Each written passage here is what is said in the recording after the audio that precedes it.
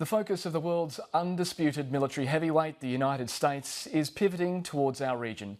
At the same time, the world's most populous nation, China, has assembled Asia's largest navy and air force. Against this backdrop, Australia is seeking to muscle up its own defence forces, particularly the Navy, and issuing a defence white paper that highlights the tension that exists off our shores. It's of particular interest to former US Ambassador and former Defence Minister Kim Beazley, who joined me earlier today. Mr. Beazley, thanks for joining us. The Defence White Paper says the US-China relationship is the most strategically important factor in our region. How would you describe their rivalry? Well, they don't want to be adversaries. Neither side wants the other as an adversary. They see themselves, and they need to see themselves, as at worst competitors. And there is a lot to be gained by both sides, and both sides understand it, for a decent, well-balanced relationship between them. The struggle is to actually get there. And in the time I was in Washington, the 6 years I was our ambassador there, you could detect at the beginning of it a sort of glad, confident morning in which the Obama administration thought, look, this is going to be really terrific. As we start to rebalance towards the Asia-Pacific region, we are going to have a decent partnership with the Chinese. The experience of the Obama administration has been that that has not proved possible, at least in the way in which they hoped for. I want to get onto that, but how do the US view Australia's growing ever closer to China? The United States trusts the Australian administration and the Australian people very intensively. They believe that we are good judges of our interests and we're good judges of the region, and that we're well motivated and that we are not basically cowardly, and or in a sense so overwhelmingly committed to the view of the dollar that we lose sight of the broader picture. So there's a lot of trust in Australia, but they are wary that and it's not just about Australia, they're wary of Chinese pressures in the region. China's built military installations on islands in the South China Sea that are also claimed by other nations, and also created islands that mean foreign nations need to seek permission to pass within that territorial water. How should Australia respond to that? There's only one way that is acceptable to resolve these particular disputes, and that is to go to arbitration. There is no other way that is acceptable. That has to be made clear. We're dealing with one of the great global water highways, and the economic impact of those principles in any way being fouled up is potentially very substantial. So we need to make those stands.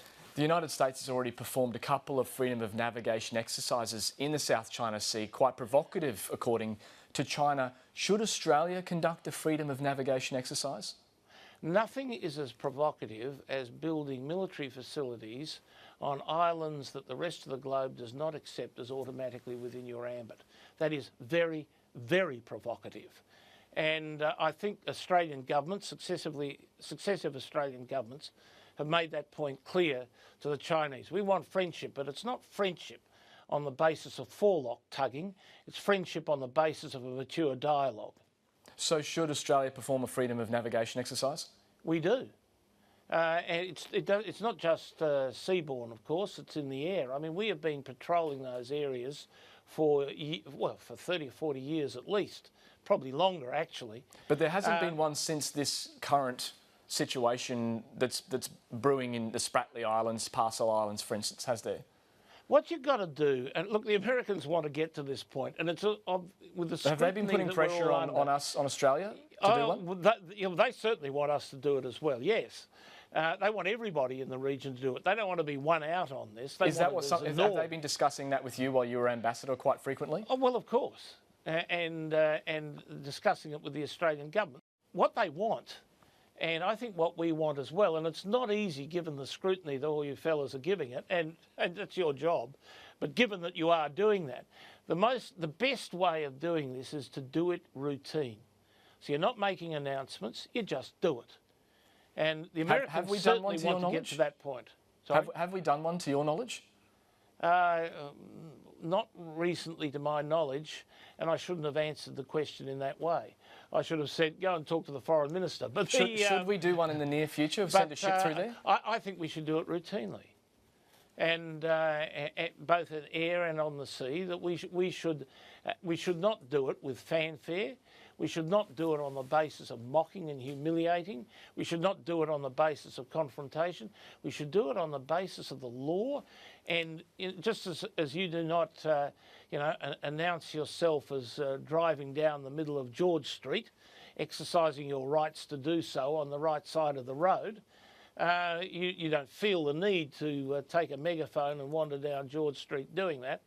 Well, likewise, we ought to be able to do it without announcing it, but just keep doing it, have it done.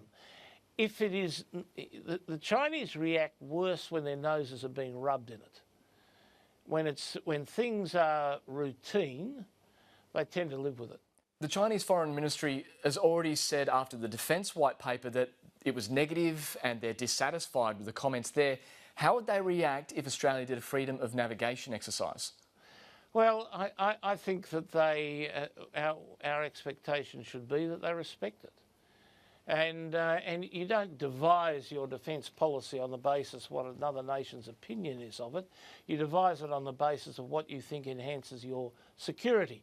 I think one of the real strengths of this Defence White Paper, and we're very lucky at the moment, that we've got excellent leadership, civilian and military, in the Defence Department, and we've got an intelligent and forthright minister and a very robust opposition spokesman. That is actually the best environment I can recollect for some considerable period of time in the presentation of our defence interest. So that's a good thing, and the analysis is very good. The analysis is in a sense quite objective. If you read that white paper, it probably shines best as a strategic basis paper, and its analysis of the significance of these actions by the Chinese, the significance of the contrasting viewpoint on issues in the region, is actually a worthwhile read for anybody who wants to take an interest in Australia in these matters. You'll get a very good base by reading that white paper. Okay, Mr. Beazley, thank you very much for your time. You're welcome.